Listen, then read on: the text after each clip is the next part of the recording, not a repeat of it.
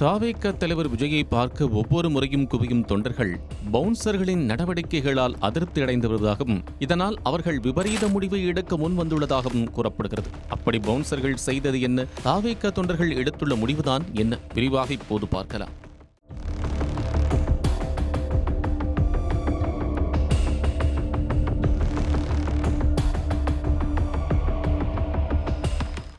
அடுத்தடுத்து அதிரடி சம்பவங்களை அரங்கேற்றி வரும் தாவேக தலைவர் விஜய் முதன்முறையாக பனையூரிலிருந்து கோவை பக்கமாக சென்றது தாவேக தொண்டர்களுக்கு ஒரு ஆறுதலாக இருந்தது என்றே சொல்லப்படுகிறது. அடுத்த ஆண்டு தேர்தலுக்கு தொண்டர்களை பலப்படுத்த நினைத்ததோடு வாக்குச்சாவடிகளில் பூத் ஏஜென்ட்டுகள் எப்படி செயல்பட வேண்டும் என பலைய திட்டங்களை வகுத்து வரும் விஜய் கோவையில் 2 நாட்கள் தாவேகாவின் வாக்குச்சாவடி முகவர்கள் கருத்தரங்கை நடத்தி முடித்திருக்கிறார்.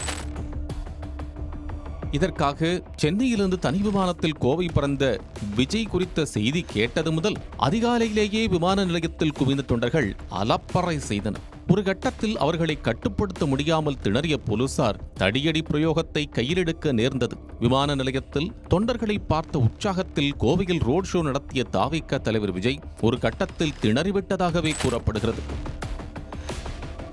தாவேக தலைவர் விஜய் பயணித்த கேரவானை வழிநடிகளும் சூழ்ந்தபடி சென்ற தொண்டர்கள் திடீரென கேரவான் மீது ஏறி விஜய்க்கே ஷாக்கு கொடுத்தனர். சாலையில் நடந்த கூத்துகள் இப்படி என்றால் பூத் கமிட்டி கருத்தரங்கம் நடைபெற்ற கல்லூரியில் இரும்பு தடுப்புகளை அத்துமீறி தாண்டிச் சென்றும் அராஜகம் செய்தனர். இதோடு முடிந்ததால் அதுவும் இல்லை. கல்லூரிக்குள்ளும் அத்துமீறி நுழைந்த தொண்டர்கள் அங்கேயும் அடங்க மறுத்ததால் மேடையிலேயே மைக் பிடித்த விஜய் அவர்களுக்கு அறிவுரை சொல்லும் அளவிற்கு நிலைமை மோசமானது. இப்படி விஜயின் கோவை விசிட்டில் ஏகப்பட்ட சர்ச்சைகளும் நடந்தேறியிருக்கிறது. ஏப்ரல் 26 மற்றும் 27 என 2 நாட்கள் கோவை சரவணம்பட்டிக்கு அருகில் உள்ள தனியார் பொறியியல் கல்லூரியில் இந்த நிகழ்வு நடைபெற்ற நிலையில் மேற்கு தமிழகத்தின் சில மாவட்டங்களைச் சேர்ந்த தாவேகாவின் பூத் கமிட்டி ஏஜென்ட்டுகள் ஆயிரக்கணக்கானோர் இதில் பங்கேற்றனர். தாவேக நடத்தி இப்தார் விருந்து நிகழ்ச்சி போலவே இதிலும் ஏகப்பட்ட குளறுபடிகள். கருத்தரங்கில் கலந்து கொள்வதற்கான பாஸ் கையில் இருந்தும் பல ஏஜென்ட்டுகளை நிகழ்ச்சிக்குள் அனுமதிக்கவில்லை. ரசிகர்கள் தொண்டர்கள் என ஒரு பக்கம் அட்ராசிட்டிகள் இருக்க, மறுபக்கம் விஜயின் பவுன்சர்களின் அடாவடித்தனமோ தாவேகாவினரையே அப்செட் ஆக்கியதாக கூறப்படுகிறது. கேரளாவிலிருந்து இறக்குமதி செய்யப்பட்டிருந்த பவுன்சர்கள் தாவேக நிர்வாகிகளில் துவங்கி ரசிகர்கள் வரை யார் மீது கை வைத்து தள்ளவும் தயங்கவில்லையாம். நிகழ்ச்சி நடந்த கல்லூரியின் ஹாஸ்டல் மாணவர்களை அடைத்து வைத்தது, அந்த கல்லூரியின் செக்யூரிட்டியில் பெரியவர்களை விஜய் பவுன்சர்கள் ஒருமையில் மிரட்டி அடிக்க பாய்ந்ததென்று 2 நாட்களும் வில்லங்கம்தான். ஏற்கனவே தமிழக வெற்றிக் கழகத்தின் 2ஆம் ஆண்டு தொடக்க விழாவில் பவுன்சர்களால் தாவேகாவிற்கும் விஜய்க்கும் மிகப்பெரிய சிக்கல் உண்டானது. நம் குமுதம் செய்தியாளரையே இந்த பவுன்சர்கள் தாக்கியிருந்தனர்.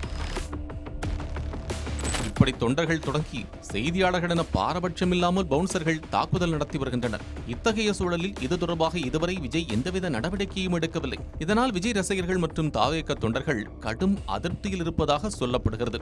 இதனால் இனி விஜய் பங்கேற்கும் நிகழ்ச்சிகளை புறக்கணிக்க முடிவெடுத்துள்ளதோடு தாவேகாவை விட்டு கொத்து கொத்தாக வெளியேறவும் திட்டமிட்டுள்ளதாகவும் கூறப்படுகிறது. எனவே விரைவில் பவுன்சர்கள் தொடர்பாக தனக்காக இல்லை என்றாலும் கட்சியின் தொண்டர்கள் ரசிகர்கள் போன்றோருக்காக விஜய் அதிரடி முடிவை எடுப்பார் என்று எதிர்பார்க்கப்படுகிறது.